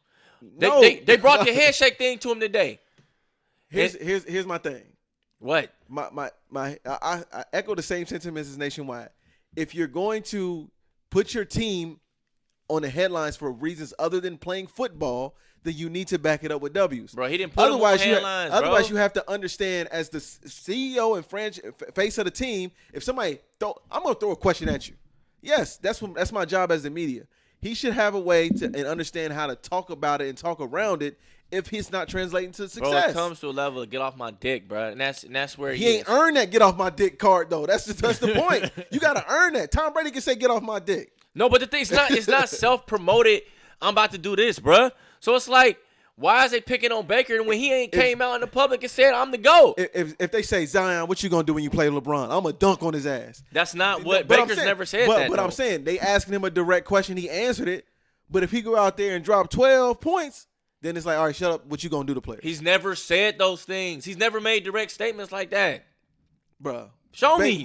All right, Nate's Exactly. pulling up. Nate's pulling up. But I'm just saying, like, you think he should continue to keep talking if they not winning? Bro, if somebody's out there defaming your name, talking shit, he got the How? right to say what the fuck he want. It's just an opinion. Like, yo, I think he's overrated. And I can say I think Rex Ryan needs to shut the fuck up. Get off my dick. But guess what's the best way to shut him up? Both ways. Okay? No, to tell him get off my dick? If I say Rex Ryan get Bro, off my dick and I go lose, football is one of guess the what he biggest. gonna do? It's the biggest team sport. But in if I say get off American my dick and I sports. go lose, what's gonna happen? It don't matter, bro. But they losing because of his play. They not losing because he fucking replied. No, what I'm saying, That's like, no, if but he that's what should- people are saying. But- People are saying your reply and focus on this. Like his reply is the reason that they're losing. It's the same difference. It's of, not it's the same It's difference. the same difference of Odell going to Miami the week before the playoff game. No, that's different, nigga. No, it's not different. It can be. Because y'all didn't have a problem with it on the pod until this nigga was dropping 5 passes during the game. Then all of a sudden, it's like, yo, you should have had your ass practice. Bro. So- No. Being away from your team when, say, y'all are supposed to be practicing, I don't know their schedule. I don't know exactly. But It was a day off. regardless, okay, that's actually extra travel time, all that extra shit. It's like not being at the facility, not getting rehab or training or, ice baths and shit. Go ahead, Nate. So that's not doing that. That's completely different situation to me than like talking or fucking on your phone. Like he could be on his phone way less than the next dude who's scrolling through Instagram and shit all day. And it's like, bro, people be like, college athletes, like they need to just worry about this, like they don't have social lives, and I just don't get that. So prior to the season, and it's just one tweet I brought up because I didn't have time to do a lot of research. But anyways, Colin Cowherd, Fox Sports, pretty much basically said, them adding OBJ and all the other, names that they brought in, basically could end up as a dumpster fire and be just a completely a mess. He made that tweet. So and Baker Mayfield replied, "Come to Cleveland and ask if he actually likes it. Just because you say you have a source doesn't mean you're not full of BS. And while you're at it, come see if I'm a baby." If you call my man out his name, you call fucking Cleveland, the city, a dumpster fire. He didn't call the city of Cleveland a dumpster fire. He's talking about the Cleveland fucking Browns. Okay. It's a possibility that, this may not work out and be a dumpster fire. We've seen a team try to, create like a fucking all-star in the Philadelphia Eagles, about 7 years ago, and that shit did not work out at all. Okay, it was a but dumpster again, fire. it goes back to Johnny saying, which kind of athlete do we want? Do we want the guy that keeps it real and actually can have a conversation? That's a conversation. That's not fucking that's argument. not a conversation. That is it is. No, But Meech, what did you say? Just because Wait. You said that people were asking him questions. He was responding. Nobody asked him shit. Yeah, on nobody that. asked him this. Now you're telling him, Bro. a player who has insight, who has sources, whatever, you're not full of BS. question. He's not allowed to have a conversation with Colin Cowherd publicly? My point is, I'm asking. he No, he can. fuck that. No, answer my question, please. He can have an opinion or rebuttal, but what are they today? What do you mean? Are they a dumpster fire? I mean, they're not a dumpster fire, nigga. They're what, 2 and 3? They not playing up to They're in second expectations. place. And they're fucking what? What? How is that a dumpster fire? With no Big Ben, Bro, it doesn't matter. That's what I'm saying is that, no, you can't say with no listen. Big Ben. What I'm saying is that they're in second place in their division. Listen, okay, no, so you're no, not- no, you're hold not on, full I'm of not done. BS. They're second place in their division, same like the Raiders, and that's not a dumpster fire. but The I need, fucking I Broncos need are you, a dumpster fire. I need you to think of this objectively and not just try to win your argument. Like, okay, you can make valid points, but also can agree with some of the points we're making to where that reply is just he shouldn't have done it. Like, you can say like, all right, that's a bit extreme. He should have left that alone, but also still share your same thoughts of like, yo, they're still not a dumpster fire. They don't have to be one or the other. Like that, replying to that Colin Cowherd show, if you want to it's reply, unnecessary. there's a more professional way to do this shit. If you want to reply, but to say you're not full of BS, okay, you're basically saying you don't know shit. Shut the fuck up. Huh? What do you mean? He said, just because you have sources doesn't mean you're not full of BS. So that's basically Baker saying you don't know what the fuck you're talking about. Shut the fuck up. That's not. That's not basically what he's saying. No. And then he said, while you're at it, come see if I'm a baby. So you're basically challenging him, Right. or threatening him like, nigga, I'll beat your ass. No. So you can agree that that's unnecessary. But he's leaving out the context of Colin's statement. How am I leaving out the context? The You wanna read context it was verbatim? on TV. It say nobody will be honest about this Cleveland thing. It has a chance to be a complete and utter dumpster fire. Odell didn't want to go here. Their owner is a control freak. John Dorsey's a control freak. Freddie Kitchens could be over his head. He called Baker Mayfield a baby on TV. He called him a big baby or some shit. So that's where that came from. That's what I'm saying is you're not bringing in the context. He didn't just up and say, if I'm a baby, like, come see me.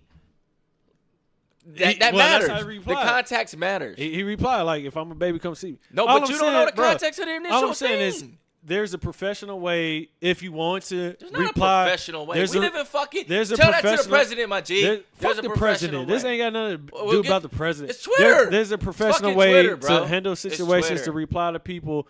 And if you're gonna reply, if that's gonna be your repertoire or what suits you, back it up. Go out and win, and then you can say what the fuck you want. But if you're gonna keep losing, people gonna keep talking shit about you. Period. And he's gonna keep replying. And he gonna be shitty. and everyone he- gonna and- keep taking shots at him. And they ain't gonna make the playoff. Facts. Anyways, the end of it always ends with so much juice. I love it. Again, this is the ITL podcast, aka the Intramural League, BKA the Amateur Professionals. I go by the name of Johnny Will. Make sure y'all follow me, JWill_Graham. I am signing out. Yo, this is Nationwide Nate. Out. I guess if you ain't first, you last, and you a dumpster fire because you're in second place because these dumbass motherfuckers know what they talking about. Scotty A. King, turn that shit down, you whole ass nigga. Gotta turn the music The fuck you talking about? He didn't accept my hug earlier. Go ahead. But yeah, bro. Follow me at King Meets DYT on all social networks. Just win, baby. Raider Nation. My nigga get with ya and hit ya, thinking that yak. Yo, bro, it's my nigga's birthday. So you better run. Out So that. come on and jiggity check yourself before you wreck yourself. Jiggity check yourself before you wreck yourself. Yeah, come on, check yourself before you wreck yourself. Cause shotgun bullets are bad for your health.